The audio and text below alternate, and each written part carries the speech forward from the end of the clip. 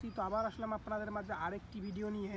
তো এই ভিডিওতে আমি কথা বলবো আরেকটি গাছ সম্বন্ধে, যেটা হলো বাংলাদেশের একটি কাঠের গাছ বা সবদেশী কাঠের গাছ। এই কাঠের গাছটির নাম হলো ইউক্যালিপটাস গাছ। হ্যাঁ, ইউক্যালিপটাস গাছ সম্বন্ধে আমি এখন আপনাদের সামনে কথা বলবো।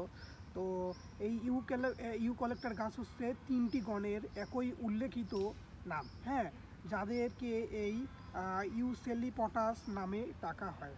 ইউক্যালিপটাস নামে ডাকা হয়। তো অন্য গণ দুটি আবার একটা হচ্ছিল কলম্বিয়া, আরেকটা হইলো অ্যাঙ্গোফোরা। কলম্বিয়া, আরেকটা হলো অ্যাঙ্গোফোরা, এদের 3টে নাম।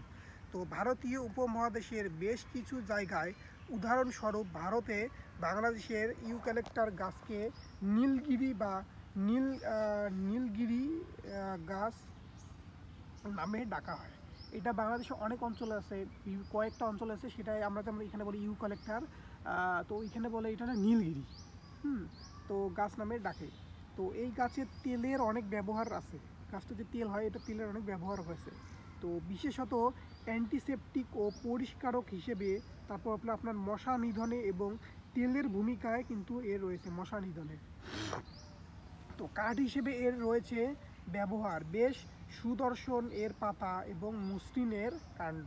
তো এদের ফুল সৌন্দর্যের বৃদ্ধি ছড়ায়, বেশ স্থাদিত মধু প্রশস্তে কাজে লাগে কিন্তু।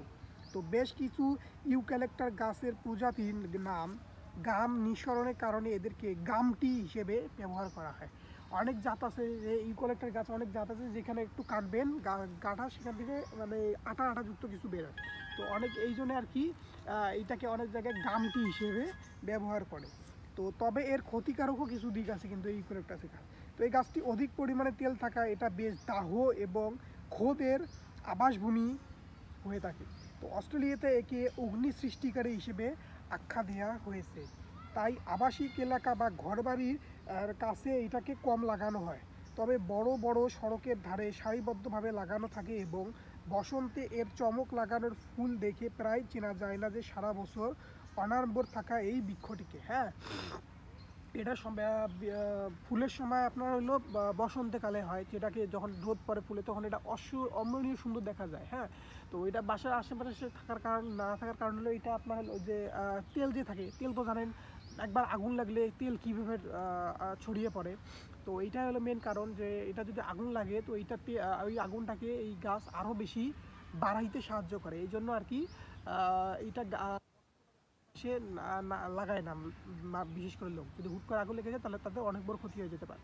তো এই জন্য এটাকে মেন ফাঁকা জায়গা যেখানে আছে এবং তার সাথে সাথে রাস্তার আশেপাশেই লাগায়।